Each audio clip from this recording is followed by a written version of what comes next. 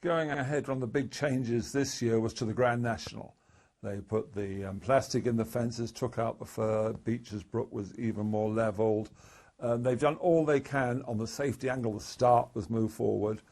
Is it the same Grand National as when you rode in it? No, it's completely removed from, what people have grown up thinking the Grand National to be. It's just now a long distance race with some soft fences, and it's just like a war of attrition. The Grand National was originally run as a test of jumping, and it's no longer that, and it's what it should be. You want to see a horse win the Grand National that is really intelligent, that measures its fences, that can fiddle, that's got the scope to jump something bigger like the chair, that can think its way around the Grand National, that takes a little bit more, if not a lot more, than the normal that it gets for the other 365 days a year. Yeah, but isn't that for you, the specialist? For most people are concerned, this year's Grand National, 40 ran, 38 didn't fall. Just 2 fallers in 40 runners. Did the public, was there outcry, uproar? Of course there wasn't. It was a thrilling spectacle,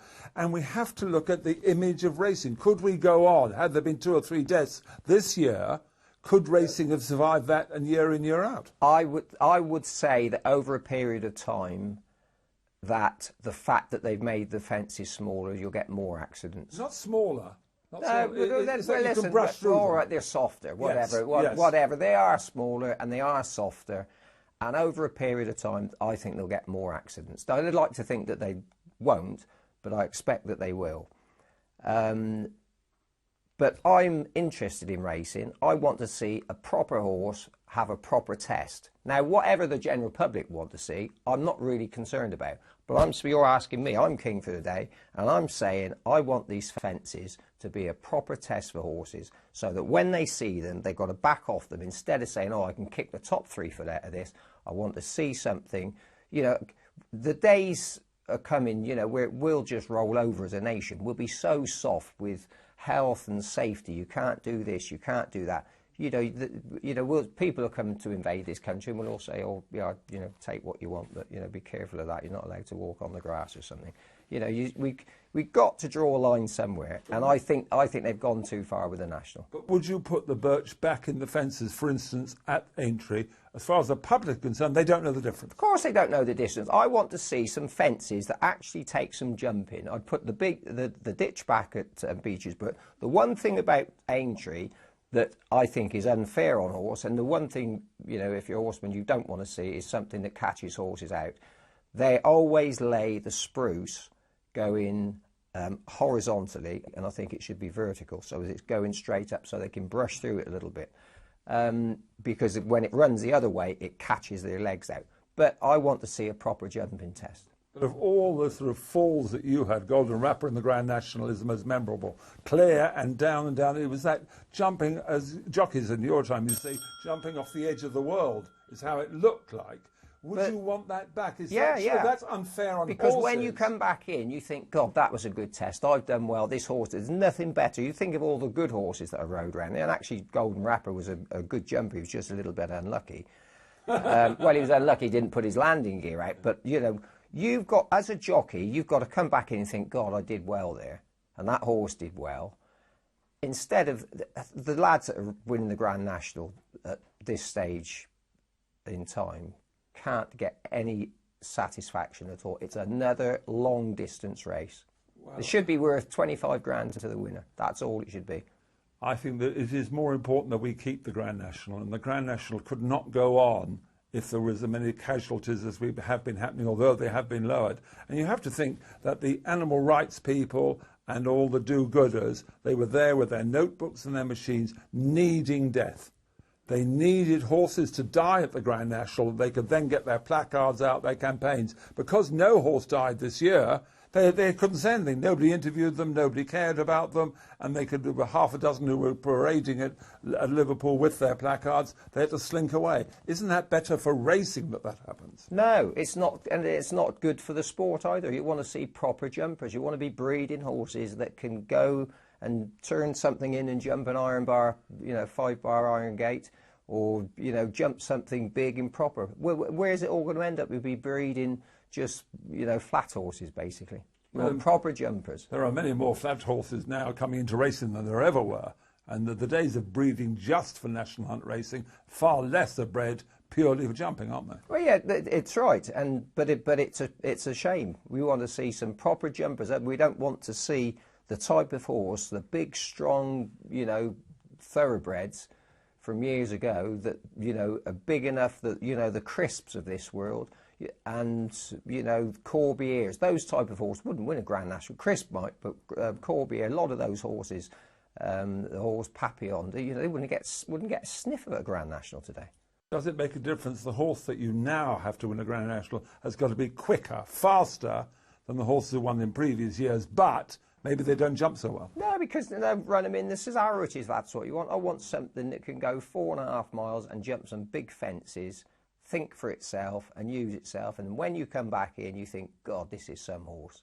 And God, I've done well riding it. So you criticise. You've got to keep the bar up to keep the standard up. So you criticise the BHA and Aintree for changing the Grand National, and if you I can see exactly why they've done it, but I think they're wrong. And if you were king for the day, you'd reverse back. Yeah. But would you go back to the I'd pre-Merriman do days? it, but I wouldn't tell anybody. Yeah, but pre-1960, they really were upright fences. There were no run-outs. Would you go back to would you make no changes at all? Yeah, listen, the run-outs, they've done lots of things that are good, but I think it's now too easy. I don't think it's the test that it should be and that it was meant to be when it was initiated. But as far as the public are concerned, it looks like the Grand National of old. Well, if you sit in face of, I know, but it doesn't look like the Grand National of old. Those pictures where horses were making a real big effort and you could see that they needed to jump. You just see things breasting them halfway up. Don't want to see that.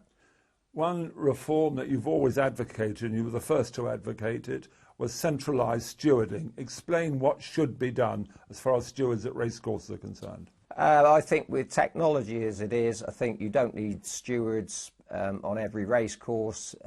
It's obviously not satisfactory in terms of a level playing field and getting that consistency, which is what upsets most people. I think 99 times out of 100 times they're a steward's inquiry. You don't need the jockey, and you don't need. All they're ever going to do is come in and lie to you. It's like every footballer has never been the last person to touch it before it's gone for a throw in. Then nobody footballers ever handled the ball. Jockeys are no different at all if they think they've got a sniff of getting a race. But they're entitled for justice to give their case, aren't they? Well, but they shouldn't be. So I'd have 3 people sitting in Portman Square that at the start of every day say that's our criteria, that's the level at which it's careless riding, that's dangerous riding. Let's demote that horse, let's put that one. Without hearing what the jockeys say, whatever the reasons. Completely irrelevant. All they'll go in, and I know, they'll go in and they'll say whatever they think they need to say to keep the race or to get the race. So let's have a look at it, head on, side on, the same people doing it every day. That keeps the race, that doesn't. You can't have justice without hearing. Well, you can't because now all of a sudden you're using your common sense. People are going to lie. Nobody's going to come in and say, sorry, I ran all over him. In courts all over the country. Absolutely. All over the we've world. got politicians lying. Yeah. Look, why don't stand up? Look, you're a liar, mate. You're in a position where it's obvious to any fool that you're going to tell a porky. So let's not give you the opportunity. Let's use our own eyesight. Say, that's what's happened. You've just lost the race. Well, technology is not the reason for this, because jockeys can speak to us. It's the discrepancy between one set of stewards and another. It's very difficult for one person to look and have exactly the same judgment on a finish of a race as to another set. But would you agree to centralised stewarding, which I would agree with, but instead you would have then, as though the stewards were there, the jockeys could talk down the line to them? Would you accept that as a compromise? No, if I was going to spend any money at all, I'd have somebody standing. I'd save a lot of money on policing, on integrity. The beauty of racing is, if there's going to be any skullduggery, it's going to happen at 1 o'clock at Ascot, 2:30 at Catterick. You know when the burglary is going to occur. So all you've got to do is watch the race. If you think something's not trying, you want somebody to see it when it's pulled up, see how hard it's blowing. That's when you want to deal. The going round to yards, dawn raids, fantastic. loads of things, but I think there's quite a lot of money spent stewarding that we could say we cut back on. Right. So I'd be getting more money in for the levy, and I'd be cutting back on our overheads. We're already putting more money into the pot, Matt. And finally, this business of 12 months a year, this national hunt racing. Yeah, ridiculous. Nothing should be 12 months a year. I mean, if you need something to look forward to. You know, if there's always biscuits in the tin, if you've got digestive biscuits every day of the week in the tin, you're fed up with them. You don't want to go. You've got to have a break. I used to remember we used to have 2 months off, and I'm not advocating 2 months, but 6 weeks certainly, in the middle of summer, whether it's immediately after the But that's because the growing was chase. always hard in those days. No, it's just as hard these days. No, things change around. They can water more. They can do lots of things.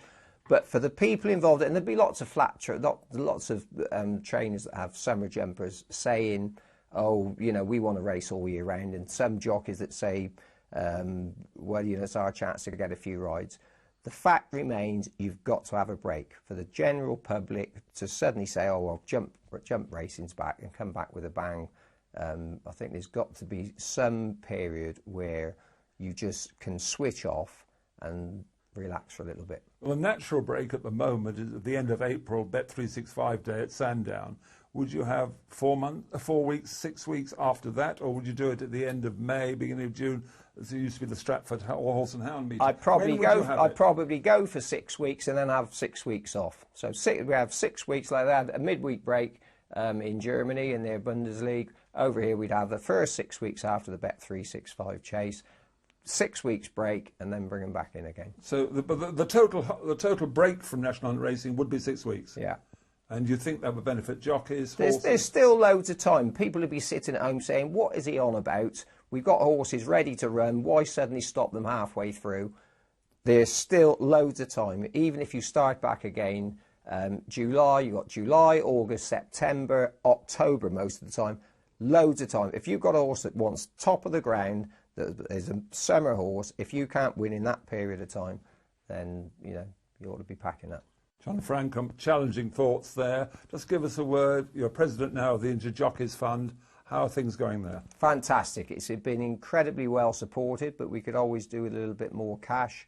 Oaksey House has been an incredible success, and Jack Berry House should be underway hopefully within the next 2 to 3 months. The house that Jack built. The house that Jack built. Nobody works harder than him. He's an absolutely incredible person. And it's right that it should be called Jack Berry House. And if it's half as successful as Oaksey House in Lambourne, then everybody will be thrilled. John Francome, thanks for being king for the day. Thank you.